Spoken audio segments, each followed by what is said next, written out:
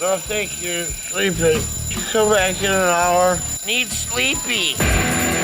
Please go away. Let me sleep for the love of God!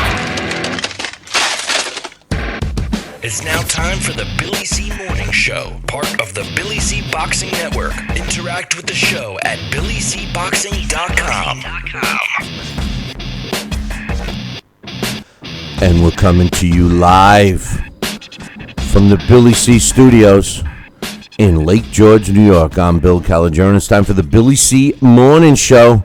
Good morning, everybody. Hope everybody had a great weekend. And I hope everybody finally woke up, for the Andre Ward, Alexander Brand fight. I think the last people that were actually in Oakland live, they just finally shook them awake and got them out of the arena. Boring fight. I'll get to that in a little bit. Today's show is being brought to you in part by Sal's Neighborhood Pizzeria and Italian Restaurant located in St. Simons Island, Georgia. Check out the website, www.salsneighborhoodpizzeria.com, or give my man a call, 912-268-2328, 912-268-2328. Call Sal today. Today's show is also being brought to us in part by JKJ Boxing Magazine. Why don't you check it out? Want a free copy? No problem. Visit our website, www.billycboxing.com, and click on the JKJ Boxing Magazine cover. And today's show is also being brought to us in part by my book, Tom Molyneux, From Bondage to Baddest Man on the Planet, is available right now where all good books are sold. And you can get a copy of it right now by visiting our website, www.billycboxing.com. Click on the book club section. That's how you can get a signed copy. Or if you just want it right now, literally, like while you're listening to the show, which I recommend, you should get a few copies. It's a great book. Go to Amazon.com or BarnesandNoble.com. Find out why we got a 5-star rating across the board. We got some stuff to talk about today. We got several emails to go over. But first and foremost, the fight from this past weekend. Andre Ward, listen, he's a talented fighter, but he's boring. I mean, I literally could not stay awake for the fight. I could not stay awake for the fight. It did start off pretty good. I will say that. The first couple of rounds seemed a little action-packed, but I had to keep rewatching. I couldn't stay awake. Joining me right now, maybe he stayed awake. I don't know. Sal, Rocky, Senecola. What'd you think, man? Good morning, Bill. You know what? Did you make it? You really want my core opinion? My real solid opinion? Well, first and foremost, did you make 12 without falling asleep? I mean, did you? Painstakingly, I watched all 12 rounds. Without stopping and rewinding? I mean, you stayed awake? Were you lighting matches? Were you lighting matches on your feet? I feel like I watched 30 rounds. Okay. I'll tell you what, the first round was the same as the last round. Right. Well, listen. Let me just say this. And we'll get into it a little more. Oh, we got it, because Billy, I got a lot to say. Well, let me just say this. I wrote notes on every round, and they're all looking the same. Yeah, the notes, which you didn't have to. You should have just said it. Did like a step and repeat, right? But look at this. All right, Andre Ward. Now, when Andre Ward fought in the Super 6, so you got to go all the way back to 2011 when he won the Super 6, okay? 2011. Now, when he was fighting up until that point, in case people, don't bother taking your socks and shoes off, that's 5 years ago, all right? 5 years ago. Now, when he fought in that Super 6, I was the guy, and anybody can go back and listen to any of the shows during that time. I was the guy that felt that Andre Ward should be pound for pound number one over that other guy. I can't remember his name. But I thought that out of the two fighters that were always mentioned in pound for pound, Manny Pacquiao and that other guy, I always felt that Andre Ward should legitimately be number one pound for pound. Now, Sal, the reason why is because if you look at his resume between, 2009 up through 2011 when he won the Super 6, it would be hard to argue that he didn't fight the best in his then division, super middleweight. But when he fought Chad Dawson, and here's another thing, the Chad Dawson fight in 2012. Go back, anybody that doesn't believe me, because this is the beauty of having computer technology. You can go back and listen to shows I did. I predicted, everybody laughed at me, I predicted, Sal, a knockout. That Andre Ward would knock out Chad Dawson. Everyone says he's got no power, and he stops Chad Dawson. Now, I had the luxury of meeting Andre Ward. It wasn't a long meeting. We stopped and chatted in the hall. I was at a ESPN event in Vegas, and he was on his way to be interviewed, and we talked a little bit. I told him I predicted it. He, was glad I said it. Anyway, the bottom line is, from that point on, where he had his layoffs and everything else, Andre Ward is a changed fighter. For some reason, Sal, I think that knockout made him think he's got knockout power. He came into the Brand fight just as he came into the Barrera fight, just as he came into the small Paul Smith fight, and just as he came into the Edwin Rodriguez fight, his last fight since the Chad Dawson fight, like he's got knockout power. He doesn't, Sal. Why doesn't he go back to the same thing? No, that's a good point right there. He doesn't have knockout power, but Billy, I'll tell you, this fight, first of all, Brand is no way, shape, and form any type of world-class fighter. He does not. He's not. I mean, he looked amateurish at times. He was slapping. He wasn't punching. It was a bad display. I was so upset with the fight that they could get this guy ranked in the top 10 or so and fighting for the championship title of the world, or one of the belts. No belt. There's no belt. There was no belt. No belt. No, but I mean, this guy to be in the same ring as a champion or as a contender in the same shape. I didn't see it. I mean, he was the same thing, and I couldn't believe his. They kept saying he had an awkward style. Yeah, it was awkward style, but literally, he looked like he was slapping. He looked like he was in a street fight. And throwing his arms and flailing.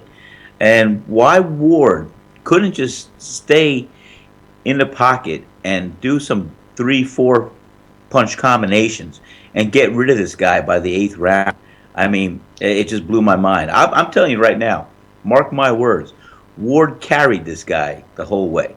I know it. Just to get the end of the rounds. That's it. He carried the fight 12 rounds.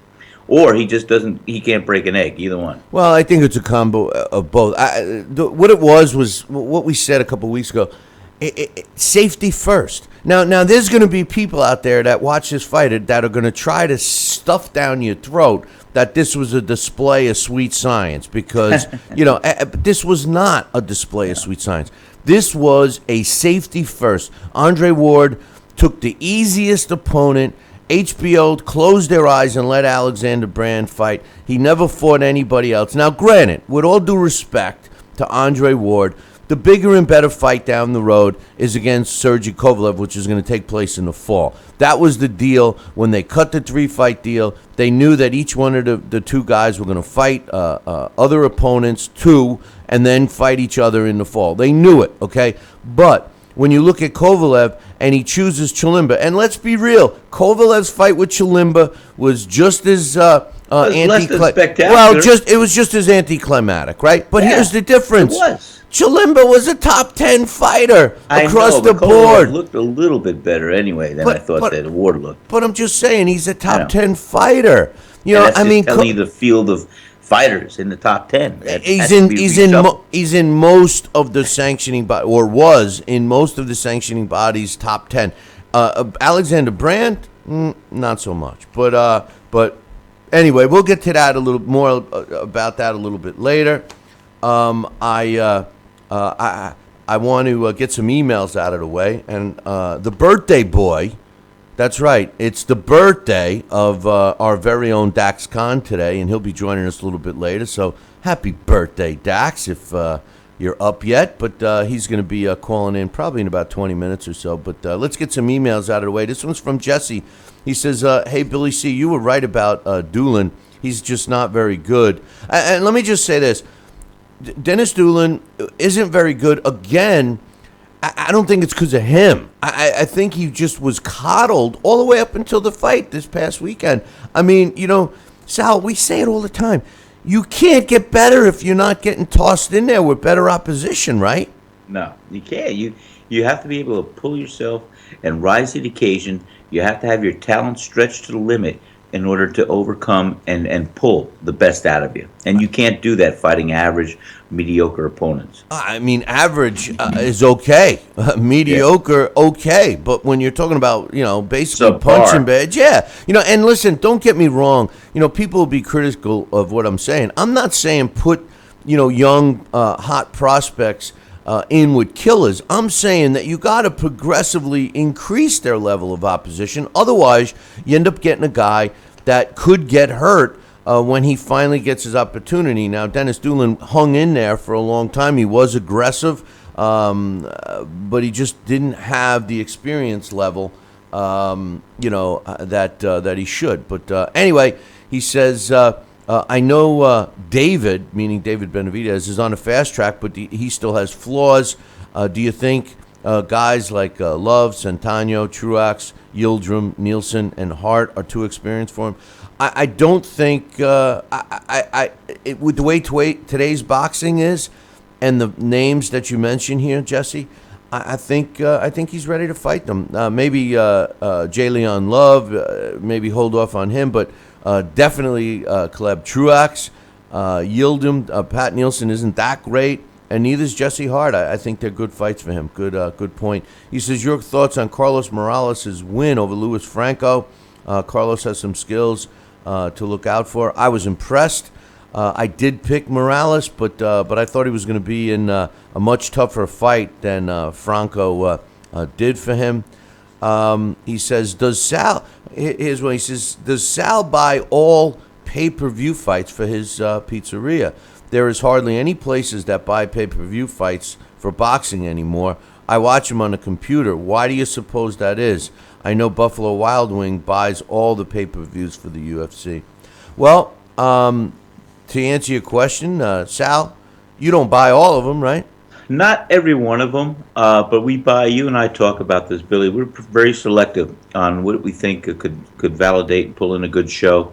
We bring you down, and we have a great setup with the studio in the restaurant, and we have a great day of events. I love it. I love when we do it, but they're usually for the big fights that we know are going to be viewed and have a good demand to look at, and people are going to purchase the pay-per-view, as I will, and I'll bring it in. I don't even charge my guests or friends. We just come on in, they have a great time, and it's a whole nother complexion that takes place at my restaurant. What Sal does, Jesse, is that he's pretty much given back to his normal loyal patrons that come into his facility, and like he says, we do our thing as well. Now, to answer your question of why a lot of places don't do it anymore is because it's out of reach. Sal spends a lot of money for his place to bring in the pay-per-views. Forget about the expenses to bring the production crew and myself down there. But they charge, just to give you guys an idea, they charge per person of what the restaurant or facility can hold. So if you have a Wild Wings, for example, that has a fire code of 500 people, then they're typically charging them X amount of money per times 500. So it's very expensive to bring in these pay-per-views. Years ago, they used to have a blanket fee they would charge, and that's why you saw a lot more. So again, the G word screws us in the sport of boxing, and of course that's good. Yeah, Billy, I think the Pacquiao fight when he fought the other guy with the M, I think that cost me over $2,000, and I only have a small restaurant that's fire code for 74 people. Yeah, imagine that. Imagine what they're going to charge for a place that's got the fire code for 500. So now, as far as UFC goes, the pay-per-view companies are the same, but I think that the UFC has a more steady crowd, especially in a place like Wild Wings that. You have a younger crowd going in and wanting to drink some beers or whatever.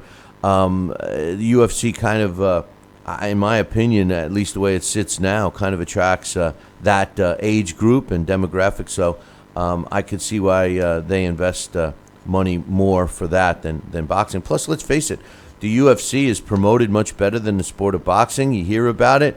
There's characters that people follow. It's like every other sport. You have your favorite team. You have your favorite race car driver, whatever. In boxing, we all have our favorite boxer, but they're usually, the way the sport is now, there's only a handful that everyone knows of, So anyway, thanks for the email. We got another one here, Sal. This one's from Raheem. He says, good morning, Billy C. and Sal. He says, I'm looking forward. Raheem. He says, I'm looking forward to the Pacquiao-Vargas fight because I smell an upset.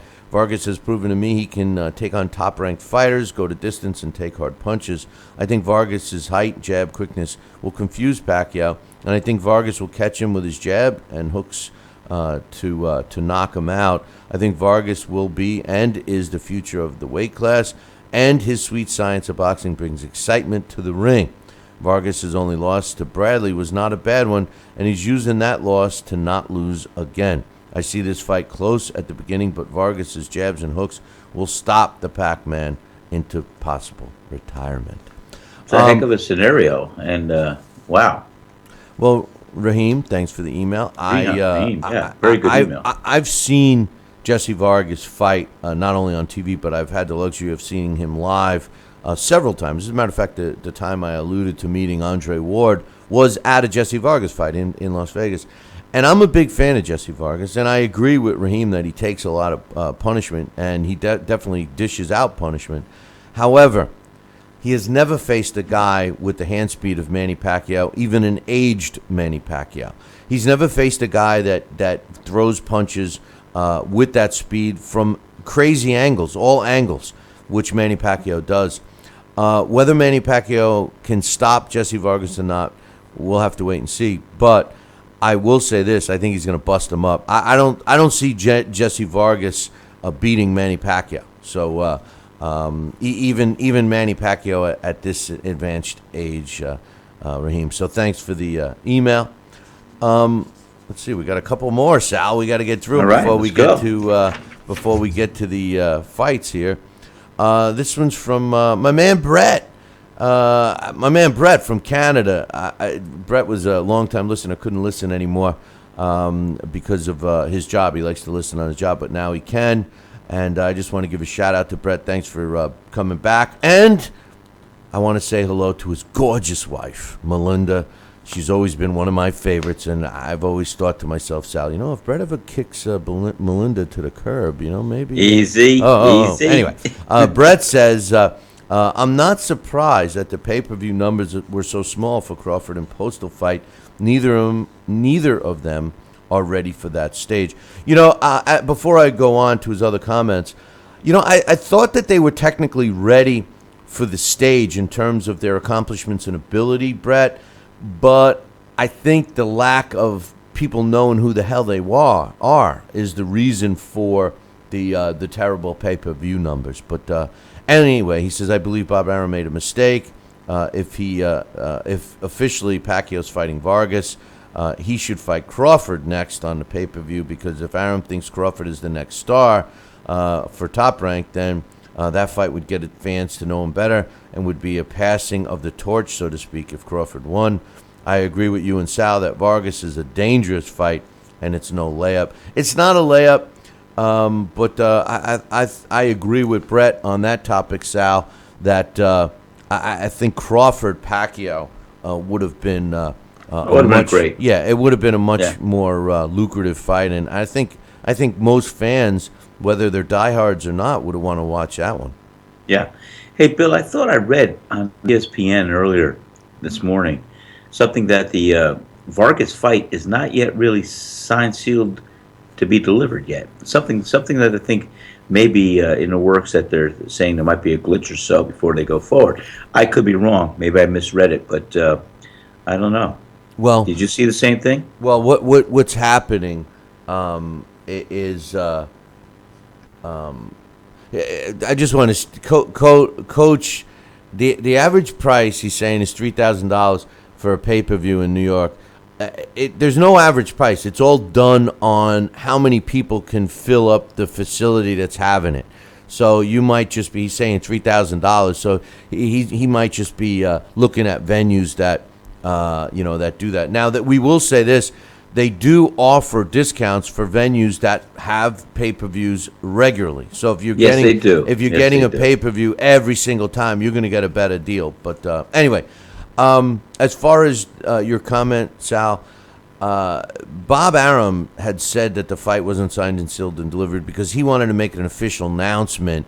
And what happened with that is Pacquiao's management kind of jumped the gun a little bit. So that was just I have to him. read the fine print. Yeah, that's just him being him. But anyway, Brett says while there were occasionally good moments in the fight, he's talking about the Ward Brand fight. Really? He says I'm holding back a yawn now just thinking of the fight. He says it went the way I thought it would and was fairly uneventful. What I want to focus on is after the fight when Kovalev got in the ring. Ward just got done with his interview, and as soon as he saw Kovalev, he went grim, and his eyes went downward. 90% of the time, he wouldn't even look at Kovalev in the eye, while Kovalev looked at him the whole time. I really think Ward is scared that now he's finally going to face a murderous puncher, which he's never faced before. I saw a YouTube video from, and I'm not going to mention the site. He says where Kovalev posed for a photo with the Brand camp, and Brand told him he would win by KO because Ward has zero power. I think Brand is serious because Ward hit him clean with some left hooks and straight rights, and his knees did buckle a little, but he was never in trouble. This is going to be an interesting fight come November 19th, and of course he's talking about Kovalev Ward. And just quickly, Sal,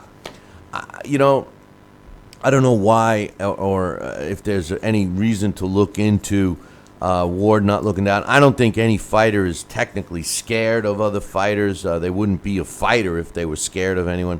I'm sure they pick easier routes. But my early prediction, and people say I'm nuts, Sal, but my early prediction for Kovalev Ward is I think Kovalev's going to beat him. I think Ward's going to try to be safety first, and like I've said, I think it's going to boil down to whether Kovalev can be a ring general, if he can be like Triple G. If he can cut off the ring, if he could keep those heavy hands, on target with Ward, yeah, we're going to see a good fight, and I think Kovalev could beat him. Exactly. If he can cut the ring off and keep Ward contained, he's going to knock him out. But also, there is that element of surprise here. If Ward's never really been hurt, first time he does get tagged, and if he's hurt, we're going to see how he responds and what his instincts and innate ability to survive or take over. We'll see what happens then. Well, he holds. It's like everybody has a plan till they get hit.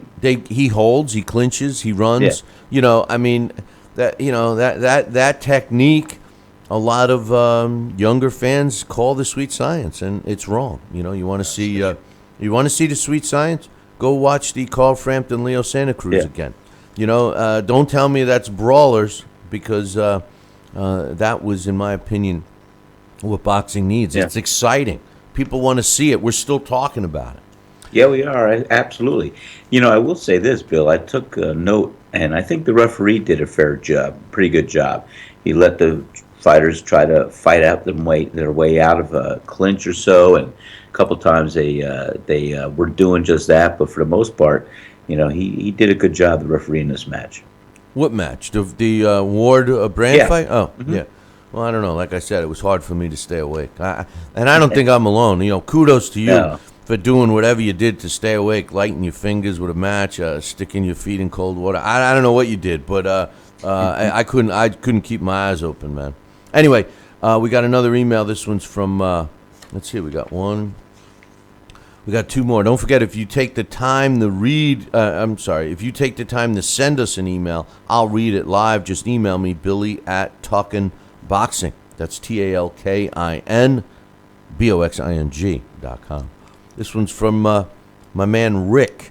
He says, hey, Billy C. and Sal. Hope you guys get to read this on your show. I just want to ask you your personal opinion, what it is what is it in your mind about Pacquiao's overall career? Do you think Pacquiao used PEDs, Billy C? Do you think his punching power is gone because he's fighting bigger guys? And why in every interview I watch, Paulie Malignaggi, when he's asked about Pacquiao, he attacks Pacquiao and curses him? Please enlighten me. Regarding Vargas versus Pac, I hope Pac-Man stays retired. He might lose to Jesse. For me, the last Bradley fight is the best way to leave the sport. Thanks, Billy C. and Sal.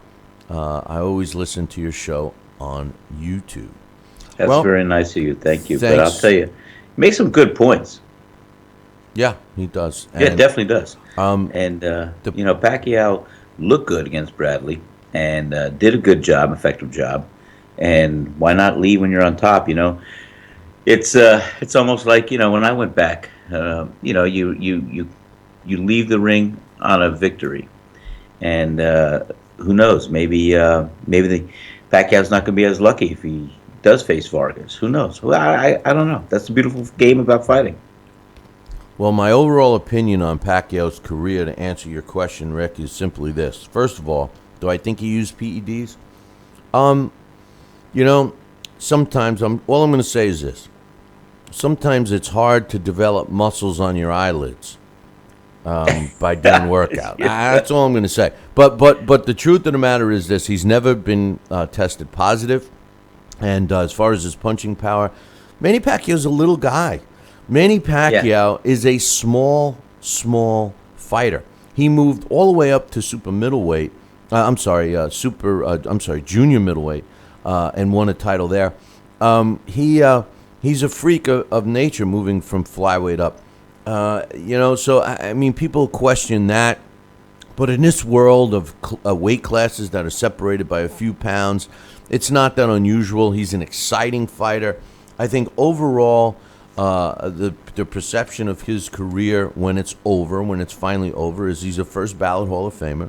I think that in my mind, and I think in most from a historical perspective, most people will rank him fairly high in the pound-for-pound rankings. As a matter of fact, despite losing to Floyd Mayweather, and despite Floyd's cherry-picked undefeated record, I think when it's all said and done, it may take 10 years, but eventually I think Manny Pacquiao, in most people's pound-for-pound list, even though he lost, will finish higher than Floyd Mayweather. And the reason is because of the level of opposition that Manny Pacquiao has faced, including his last fights. I mean, Sal mentions the Timothy Bradley fight as being a great fight to go out on top as. I agree with Sal, and I agree with Rick. He said the same thing. But this goes to show you the difference in the two guys' careers. Manny Pacquiao, ultimately, in his last fight, and this fight may be his next last fight, I don't know. But look at the guys he's fought. Timothy Bradley, he's taken on a young gun, a power puncher, a guy that many think will be the top in the division in Jesse Vargas, and that's a risk. And risks, come with big rewards if you come out on top, and they come down with "I told you so"s if you come out on the bottom. I think overall he's going to finish higher. I do, Sal. I think so. I mean, he's a Hall of Famer. He's had a stellar career, which, you have the love, the passion to fight. And like you and I always talk on air, off air. It's like a monkey on my back. It's just something that you're a fighter. It's like Rocky said, what else am I going to do? And there's a lot. There's a lot that goes on in a fighter's mindset and his heart. And to finally hang them up in that one last bell when you are on that world stage, it's hard to walk away. And Pacquiao, for whatever reason, he's going to try and do something. But this guy has accomplished a whirlwind of titles, of accomplishments. And it's hard to come back to do. Like you and I said, what is he going to do next? Yeah, and boxing's not, boxing's not the only sport. No. We see it in every other sport, and like I say, it's Football, hard. Baseball, everything. It's hard for us to think of what these exceptional, high-end superstar athletes go through mentally, and when you're on top and you're used to being on top and you're used to getting that special treatment, It's hard to let go, especially as you age. You feel you're getting more intelligent. You're learning your craft more, and you're just looking for that one more championship or that one more title or whatever. But nobody ever beats Father Time. But No, and Bill, to expand on a little bit, you look at a life of a fighter. He goes away to training camps. He's sparring as much as he can, preparing for a fight. He's in the gym. He's running in the morning. He's dieting. He's taking care of. And then when a fighter retires, boom, it's all over. You have your muscle memory, the years and years you're doing this, and then bang, it's done. It's gone. There's that competitive edge and everything else that you're always rising to the occasion looking for. That's why, that was the only way I kept my productivity and my sanity, was to now focus and do it in the world of business and do other things with that kind of energy and that kind of focus and that kind of passion. Otherwise, when an athlete, not just a fighter, but when they live year in, year out, doing their trade, having the love, and it's a bittersweet love at times. Sometimes you're caught in the middle, like, what am I doing? How am I doing this? Then when it's your last time, you're going to go out big, or you want to try to go out big, and you're going to be able to turn that page and close that chapter and say, hey, I'm ready. I know what I'm going to walk away from. I know what I'm going to do next, and boom, I'm done. Well, it's a monkey on people's back. It's one of the definitely demons you got to deal with. Well, on all levels, for every athlete and every sport. One of the other things is that, that's been my argument about boxing. The world has changed, so people, like Sal mentioned, you do other things. He took the passion from boxing and got into business, but that's the problem. What used to happen is fighters would end their career, and I'm specifically talking about boxing now, and then stay in the sport, either as a trainer, a promoter, a gym owner, etc. And that's how we maintain boxing, and you always hear me talk about it, boxing people in the sport of boxing. Today, they retire, and then maybe they come back because they're missing the juice. But if they do, if they do want to stay in the sport and they do want to get that juice, that excitement level about the sport that they enjoyed while they were active, well, then maybe they should begin training, or maybe they should start promoting and still be in the business, but not inside the ring. And I think that's really, there's so many things we could point to as what adds to the not so great situation boxing is in right now. But I think that's one of them, and maybe the top one. But Billy, anyway. Could I add one thing? I'm going to raise my hand. Call me. Thank you. You know what? It just hit me as we're talking about this, and as you said, what are we replacing the old boxing people that leave the sport with the new generation of people that are coming up?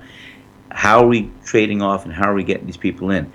Every great trainer I worked with, every trainer that I had the opportunity to learn from, it now comes so clear what they said to me in the end was, when I thanked them for, wow, that was great, thank you for doing this, they would always say, not just one, not just two, not just three, they would always say, just remember to pass it on to someone you could have learn from you one day. That's what they would say. They would say, hey, I'd say, thank you so much, Chicky, or thank you, this one. And they'd say, hey, Sal, just make sure you know what you are learning from me and pass it on. Because these old timers, these old great legends, trainers, they knew, and they were careful to make sure that what they were teaching me could be duplicated and passed on as me being in the sport, or somebody, I'm using an example, but people, the culture of boxing staying within the culture of boxing. And you're not seeing that today. And that's why some of the lost art, some of the head movements that we used to see years ago, some of the tactics of winning a fight in boxing is not being evolved. Whether you're parrying a punch, whether you're countering, when you're doing certain things. Some fighters have it, and they can do it innately. But again, maybe some of these things are not being passed on any longer. Right. No, it's definitely. One more email. This one's from Joel. He says, with a quiet weekend in boxing coming up, He says, meaning this coming weekend, he says, what's your thoughts on the Antonio Margarito making his another comeback against Ramon Alvarez? Do you see Margarito winning the decision, or will Alvarez pull the upset? I haven't really broken down that fight yet, Joel, but I think Antonio Margarito, he didn't look all that great in his last fight. He had been off for 4 or 5 years, I think, already.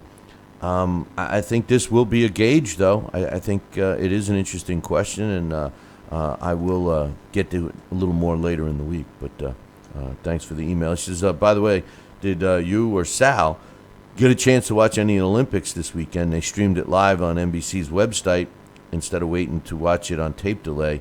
I thought it was enjoyable to watch. What did you think? Honestly, I didn't get a chance to watch it, Joel.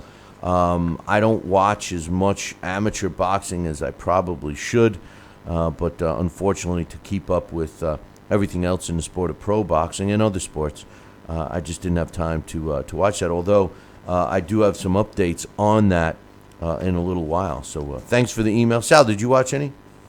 I had it on in the restaurant. We had the opening ceremony. We had some events. I saw a lot of swimming. But no, I can't say that I really paid attention to watch any of the games. And again, that's something too, because I remember this was one of the fuels for my fire, wanting to go and become an Olympian. I think when I saw it every 4 years, it was a habit. Now that it's on every 2 years, winter, summer, it's different. It's like it's not as missed or not as looking forward to it, because now it's constant. I don't know. I don't have the same. The answer is no. Sal's beating around the bush. The answer is no. He didn't watch any boxing. Thank you. Oh, geez.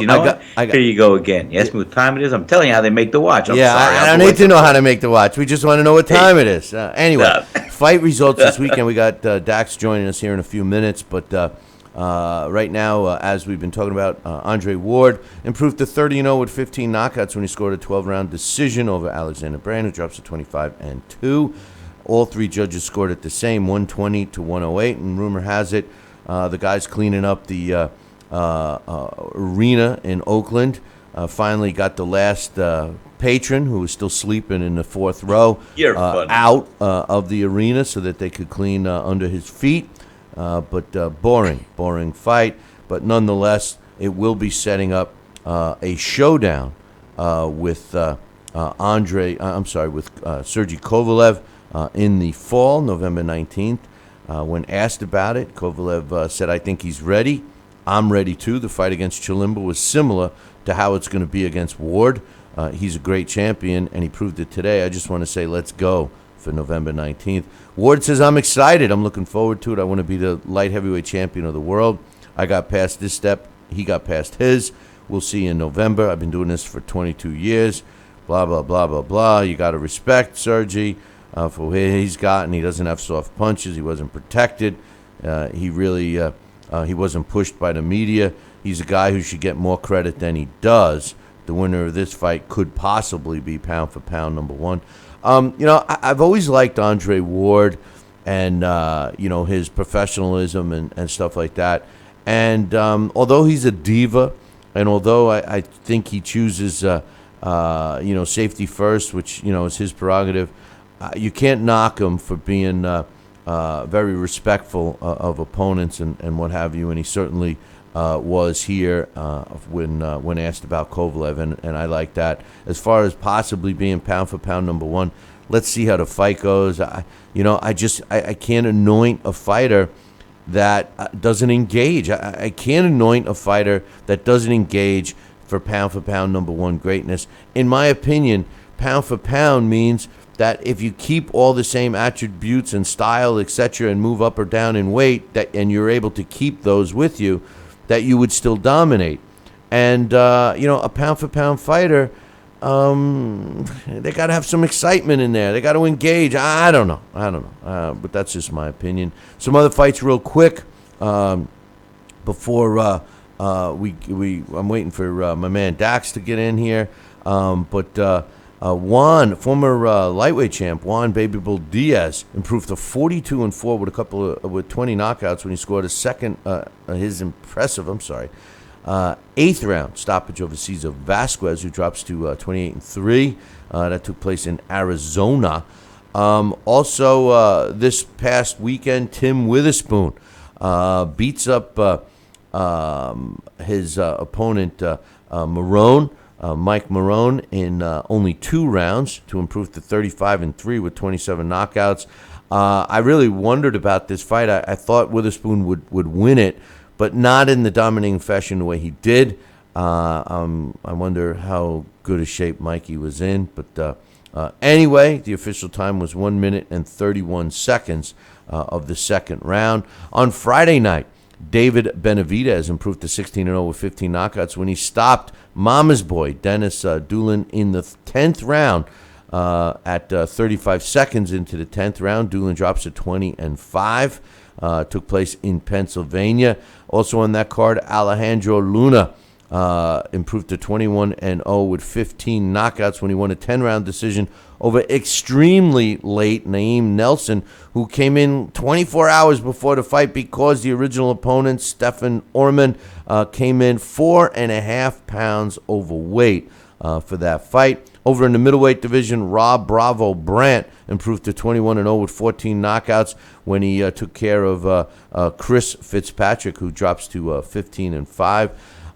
The new IBO Junior Lightweight Champion is Malcolm Klassen. He won a 12-round decision over Jack Asis to win that title. Carlos Morales improved to 14 wins, 1 loss, and 1 draw when he won a 10-round decision over Luis Franco, who drops his first fight of his career. He's now 14-1-1. The way the judges scored that one, 98-92, 97-93, 96-94. And little note here, junior middleweight, Angel Bajado. Name sound familiar?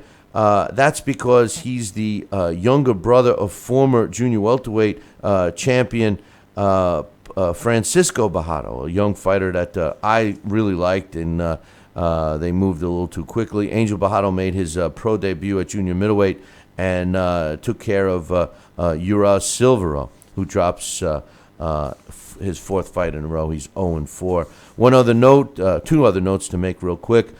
Former heavyweight title challenger Orlando Solis improved to 21-3 with 14 knockouts when he fought for the first time in 18 months when he stopped journeyman Milos Dovdan, who drops his record to 2 wins and 26 losses. Solis came in way better shape than his last fight against Tony Thompson. He weighed 240 pounds, which is he still looked a little chunky, but that was 25 pounds less than when he stepped in the ring against Tony Thompson 18 months ago. And former world champ Hasim Nadam, who made some news recently because of his entry into the Olympics, got knocked out of the opening round. No, he didn't get knocked out, but a 25-year-old Brazilian named Michel Borges won a 3-round decision over the 32-year-old Hasim Nadam, which officially gets him out of the Olympics. So it just goes to show you that just because you're a pro doesn't mean you're an Olympic star. So congratulations to Borges for winning Hasim Nadam. Now it's going to be interesting to see what opportunities Nadam gets on the pro level. But anyway, joining us right now, the birthday boy, Dax Khan. What's up, Dax? Happy birthday, my man. Happy birthday, Well, thank Dax. Thank you, guys. So what's up, man? What'd you think of the Ward fight? Did you make it through 12 rounds without sleeping or what? Well, of course I made it through all 12 rounds without sleeping. I did bounce back and forth when the fight started to the Juan Diaz and Vasquez fight, which is actually very exciting up until the stoppage. So that card is what kept me awake that night. But I was bothered by the whole card, as I think a lot of people were. The HBO announce team, they were really at an all-time low. Max Kellerman and Jim Lampley, especially. Bernard Hopkins was actually the only voice of reason on the card.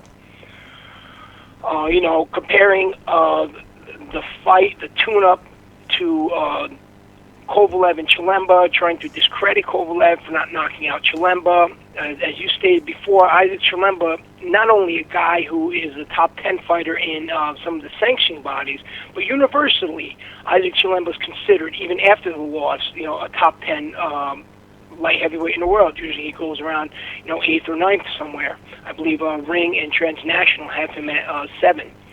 Some of the comments on, well, Andre Ward isn't taking chances. Why should he? And then I believe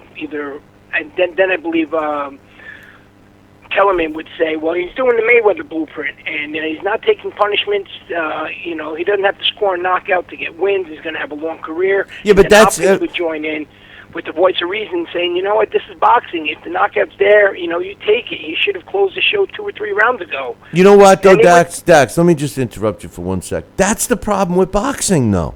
That's why people are leaving the sport. We all get it. We understand.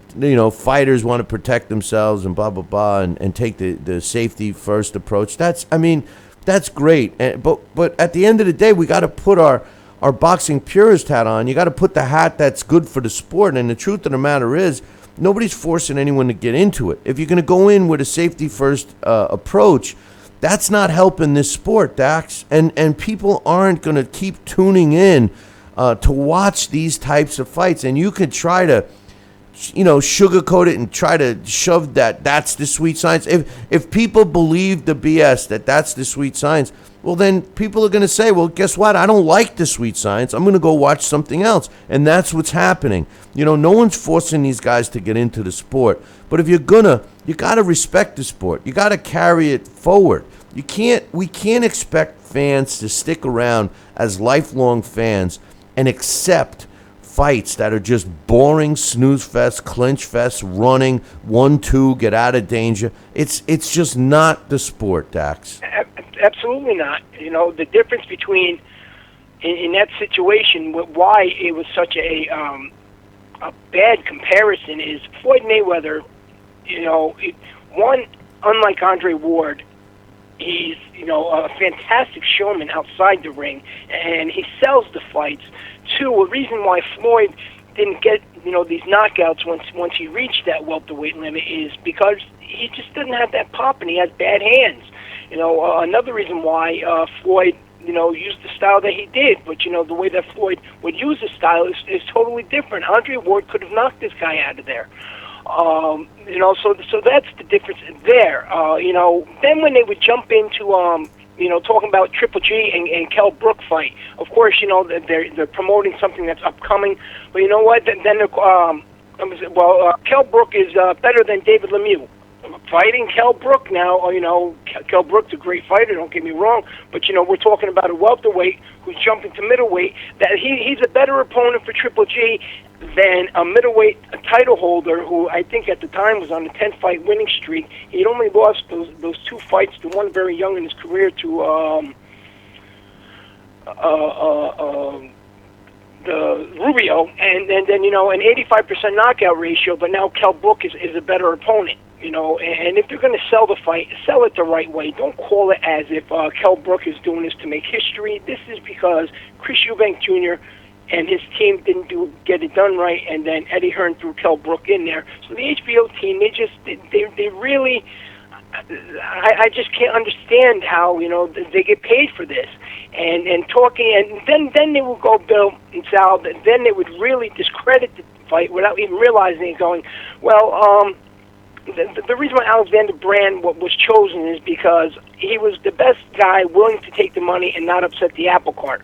But meanwhile, in the next sentence you're saying, but he's a very awkward fighter. He's a very classy fighter, and then they want to give him credit for going the distance and losing a split decision to a very young and raw Badu Jack. I don't think they knew how to call this fight. I was embarrassed for them. Did anybody else catch on with that? What's happening is, it's the same thing with Mayweather and what he did with the smokescreen, his successful smokescreen and bamboozlement of his own fan base. They are blatantly making their own fans look like they're idiots, and they're assuming that they're idiots. The statement that you just said when they said they didn't want to upset the apple cart, But they're basically saying, hey, listen, we know we're giving you a bullshit fight here. We know it because we're all looking forward to the fight in November. Now, how do you maintain and retain fans when a fan doesn't know whether they're tuning into a real fight or an apple cart fight? That's the problem with this sport. That, you can't have these types of fights. If you're going to have these kinds of fights at a club show level and you quietly build up somebody's record or whatever, fine. But once they make it to the tube, once they make it to TV, whether it be on network television, so to speak, or cable, or, God forbid, a pay-per-view, they can't be these kinds of fights. Fans won't stick around. They're not going to do it, man. They're not. There was on social media, I believe it might have been Julian Williams. When because pretty much everybody was bashing the fight, and I think it might have been Julian Williams who said, "Well, if Alexander Brand wasn't world class, he wouldn't be on HBO." Really, is that true? Remember that if Andre Ward only wants to fight the best, I don't care if you were off for a year, 2 years, 3 years. Remember, for his comeback, they were going to pick Rohan Murdoch. Who's that exactly? At least Floyd Mayweather, when he took his hiatus, he comes back and fights a Juan Manuel Marquez. And at home for have to fight in Oakland because that's his home on the draw. If your home fans, if you have a 19,000 seat arena and 11,000 of those seats are empty, even your hometown fans knew that this fight was garbage. No, that's the whole funny thing about Andre Ward. He's not known. I mean, we know him because we're diehard fans. He's not a globally recognized fighter. Triple G is. Sergey Kovalev is becoming one. Andre Ward, when you look at his resume, his last 4 fights, or at least 4 of his last 5, have all been at his home arena, so to speak, the Oracle Arena in Oakland. And like you said, I don't even think Saturday night sold out. I mean, he's not a big ticket seller. I just told you there was 11,000 empty seats in that arena. Oh, I thought you were referring to the Paul Smith fight because there was empty seats in that one too. No, I'm talking about Saturday night. There was 11,000 empty seats in that arena. The Oracle Arena, California. Yeah. Well, Yes. no, you know what? It's going to be filled on November 19th when he fights Kovalev, because Kovalev attracts the fight. When you look at this fight, They're not fighting there. They're not fighting there. I thought they were. I'm pretty sure they are. I don't believe so. I don't believe Kathy Duva would allow that. Well, I think that they are, and I have it right here. It's according to the press release, it said we'll set up a fight at the Oakland. It'll be in Oakland. That's what it said. November 19th in Oakland. At the same arena. That's probably the same press release that I got that I didn't even bother reading, to be honest, because we already knew all it was going to be. It's just more of what we already know. Just like how they kind of acted as if Kovalev coming into the ring and they had to go through those the formalities of saying the fight was official, when even before the fight card started, people were saying that, they knew that, Kovalev was going to come into the ring, and that's what they were going to do, which was ridiculous. Now, my question for you and Sal is, at the end, Kovalev comes in, they shake hands, they're both very polite to each other, and then Andre Ward said that, he believes that Kovalev doesn't get a lot of the respect he deserves. He hasn't had an easy route, no soft touches, which is all very true, and that he believes that the winner of this is going to be pound for pound number 1. And now let me say this, that, Roman Gonzalez and Carlos Cuadras are going to be fighting in September. Now, Roman Gonzalez right now is universally recognized as the top fighter in the sport. In this sport, or at least us, the way we do it on our ratings panel, the man who beat the man is number 1. Now, I think that, you have 2 guys here. One will be going for his 4th world title in his 4th division. He's 43 or 44-0. He's got, there's a combined 65 knockouts between the two of them. They have a combined 80-0-1 record. This will be the 22nd straight title fight between them. I really, in my opinion, the winner of that fight is still pound for pound number one. And if Cuadras, should happen to beat Roman Gonzalez, doesn't that make him the man because he beat the man? Well, in pound for pound rankings, it's a little different, but in regular rankings, yeah, the man who beat the man, and the way our philosophy on Billy C boxing rankings, yeah, the man who beat the man. But pound for pound is just an imaginary thing. Just right now, as of now, just for everyone's FYI, we have Andre Ward at number 8 pound for pound on our rankings, number 8 as of now, and Kovalev is number 7. And I think that's pretty accurate, Dax. There's no way. I agree with you. There's no way that you can put Andre Ward at number 1 pound for pound. I mean, Gonzalez is an exciting fighter that's taken challenges, moving up. And this next fight for him against Kudos is not an easy fight. He's fighting a really good opponent, and he beats him the way he beats everyone else. I mean, who can argue that Gonzalez? He's not to interrupt you. He's a genuine, legitimate champion. Well, this isn't a walkover fight. Absolutely not. That's my point. And great fighters do great things. They take on challenges, just like Chocolito's doing. And if he wins, and he wins in the same fashion, Sal got turned on to him at his restaurant on the undercard, and you've become a big fan of Chocolito's too, right? Oh yeah, absolutely. Great fighter. A lot of action. Does it all, and I love that. He stays right in that pocket and he fires. But he boxes too. He shows. Well, that's what I'm saying. And in the pound for pound list is mythical, of course. But when you break the fighters down, Kovalev and Ward together, as much as good fighters as they are, when you factor in the layoff for Andre Ward, and then you want to factor in all their skill sets and put them, as you do in a mythical pound for pound sense, you put them all in the same weight division. Who's got what? Roman Gonzalez is the more complete fighter than either one of them. No doubt. But I think that, and it shouldn't be. Well, I'm going to rephrase it. I think that the excitement level should be a criteria in a pound for pound. I really do, because a pound for pound is mythical, but it also carries the weight of the sport. If there's no excitement, nobody's going to watch it. This is true. You've read an email before. Somebody was calling about, and you wrote in about, and you commented about the Manny Pacquiao and PEDs. That is something that when you look at the weight classes and divisions, how he climbed up, and you look at the age he was when he did it, and you look at his body size from when he was younger and as he grew, I truly don't believe that Manny Pacquiao was ever on any PEDs, aside from the fact he was never caught. He has been tested, but there's been other guys who went from low weight classes, whether middleweight to a heavyweight and stuff. So it's not as if he's the only one.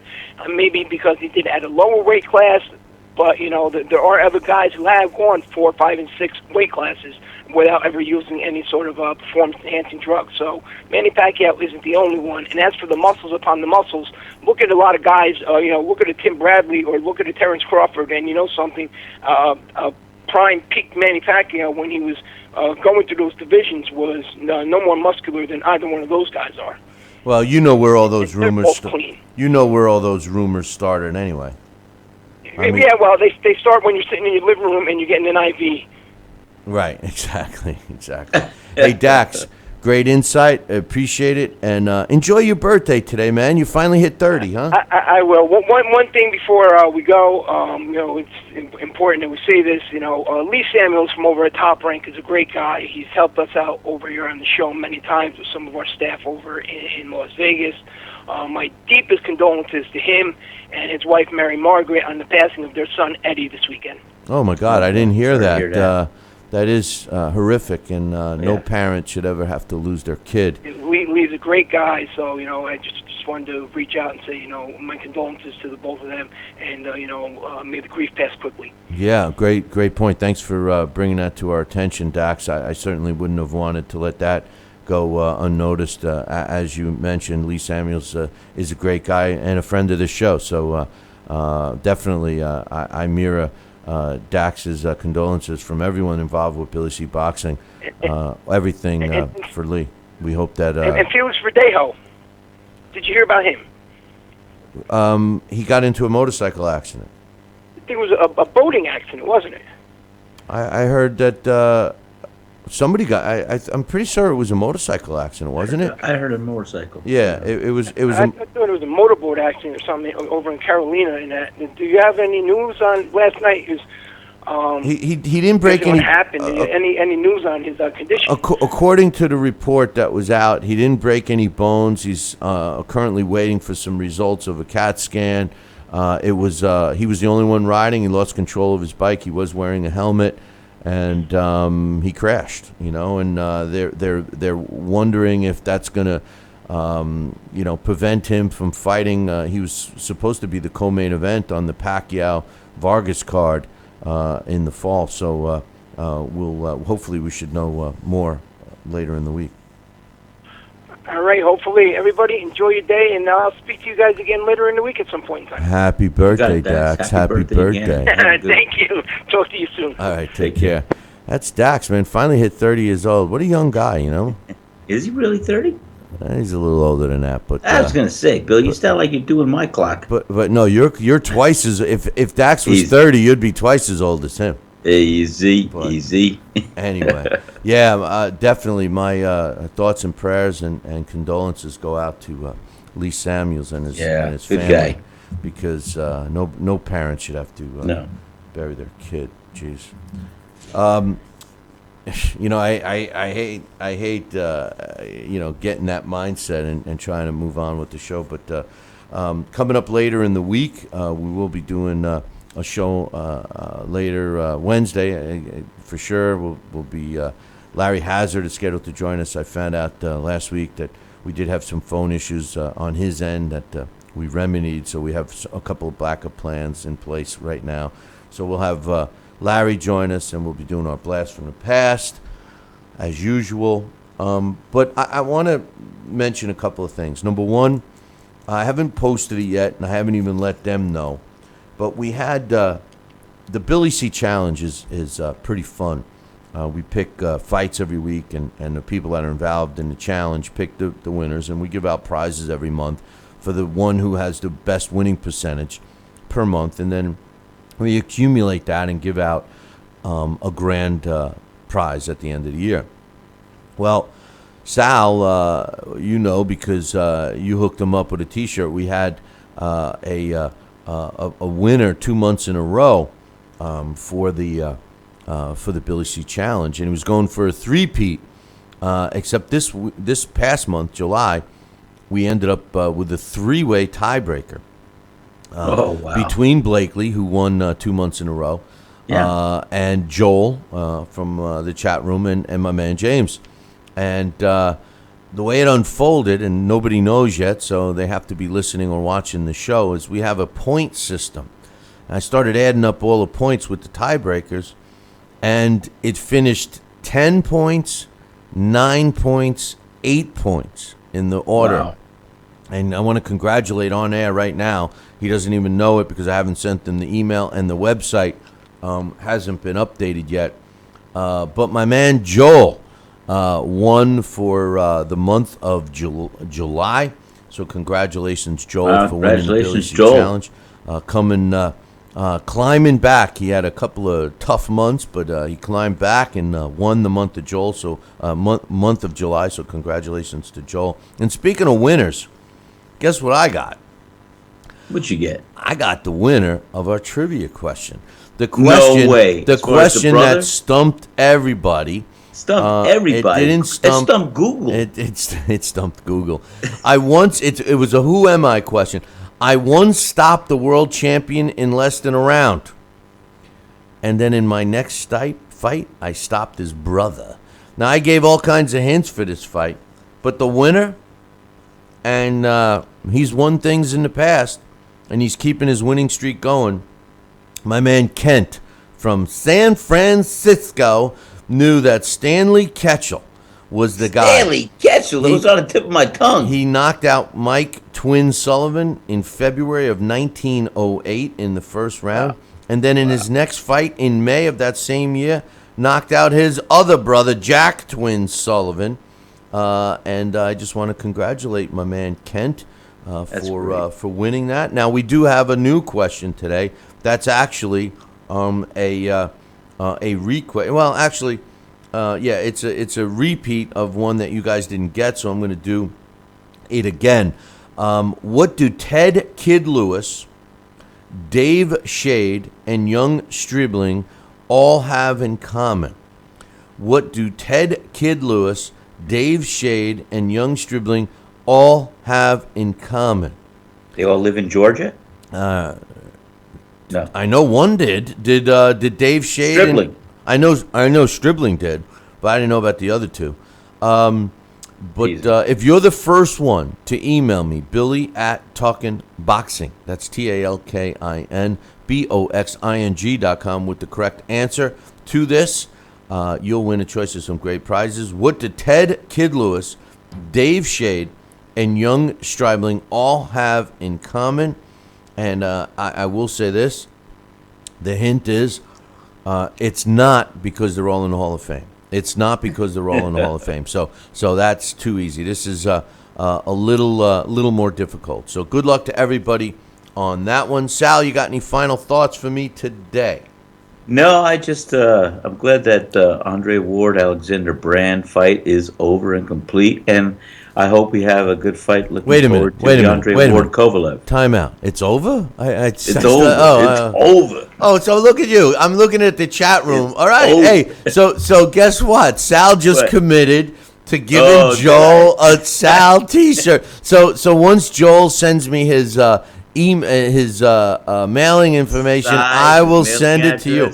You know, I just want to make listen, Sal. It's documented not only on the show now, but he documented it in the chat room. Joel put him on the spot. Am I getting a Sal's T-shirt?